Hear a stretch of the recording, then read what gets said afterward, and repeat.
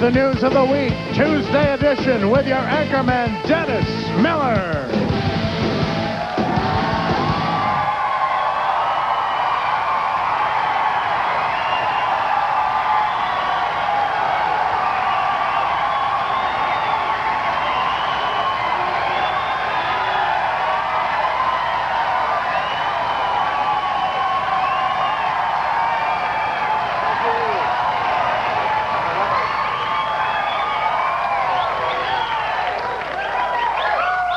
That, of course, was my triple Lutz. Good evening, and what can I tell you? Here we see protesters from the gay activist group Queer Nation being forcibly removed from the front of the Dorothy Chandler Pavilion last night.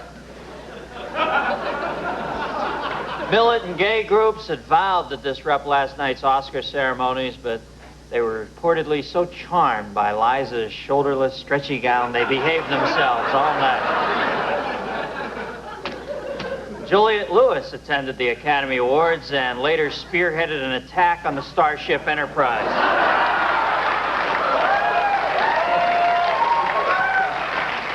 Oh, man. You know, Brad Pitt pulled up to the house to pick her up. She came running out. He said, "You're kidding me."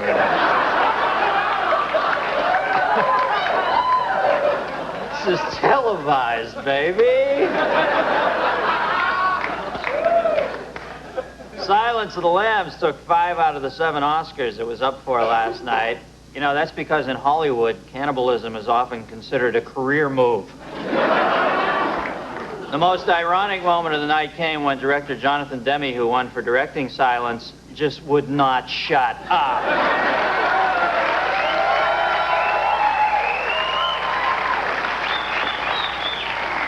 Jack Palance won for the Oscar for Best Push-Up, narrowly winning over Sally Kirkland's cleavage. The Bush administration is under growing pressure from American business leaders and foreign allies to modify its embargo against Vietnam. When asked his position on the issue, Dan Quayle said, "What's the Vietnam?" "Read my lips." "Ha ha, don't have any."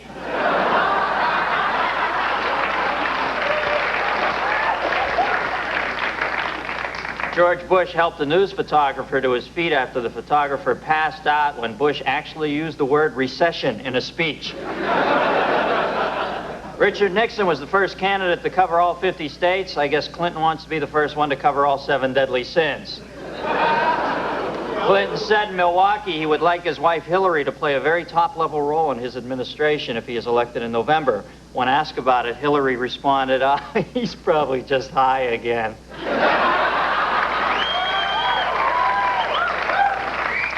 Clinton admitted smoking pot, but he said he did not inhale. You just lost my vote, Bill. There's already too much waste in government. Did I say Boatville? It was a high joke, I guess.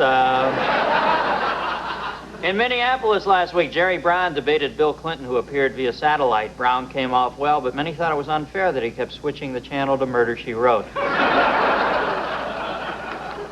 In an attempt to energize his New York campaign, Clinton has finally agreed to participate in a series of debates with Brown. In the first debate, Clinton will argue in favor of bong hits, while Brown will take the pro-split position.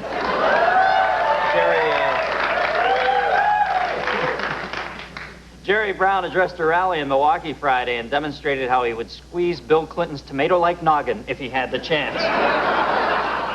Pat Paulson also campaigned in Milwaukee this week. Just what we need, another clown from California who doesn't have a chance to win. Here we see Bill Clinton as he shows his relative size to an actual man of vision.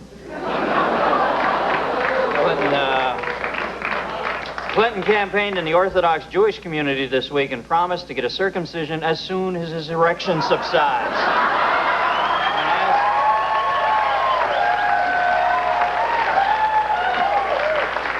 When asked directly if he had ever cheated on his wife, Bill Clinton responded, "I have in no way ever infringed upon the marital laws of Utah."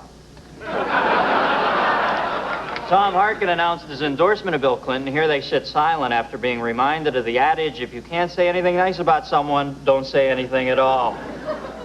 Yeah, I'd say it's as hard as this. Maybe a little longer, though.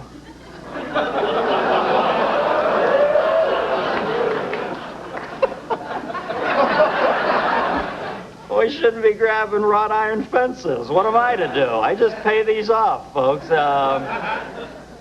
Ted Kennedy attended the NCAA East semifinal basketball game in Philadelphia last Thursday. He was seated next to his charming and beautiful fiancée, Victoria Ricci, and he thought it was a great game, but he still couldn't keep his eyes off the Budweiser sign suspended from the scoreboard at the Spectrum.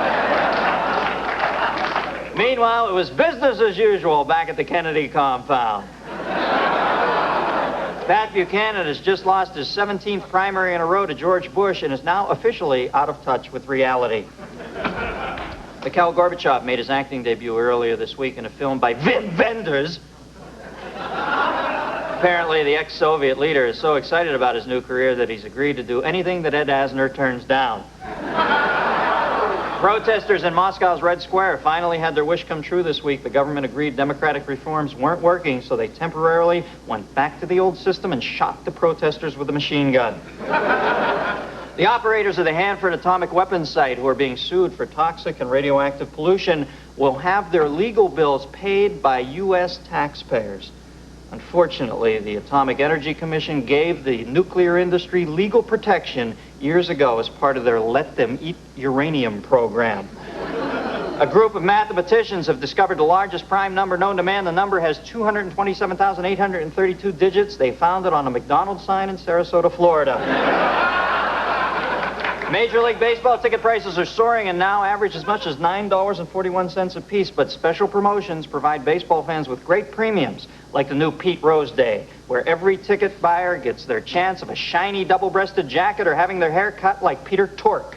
A Basque terrorist left his address book in a phone booth earlier this week, and police in both France and Spain have been rounding up the other terrorists listed in the book.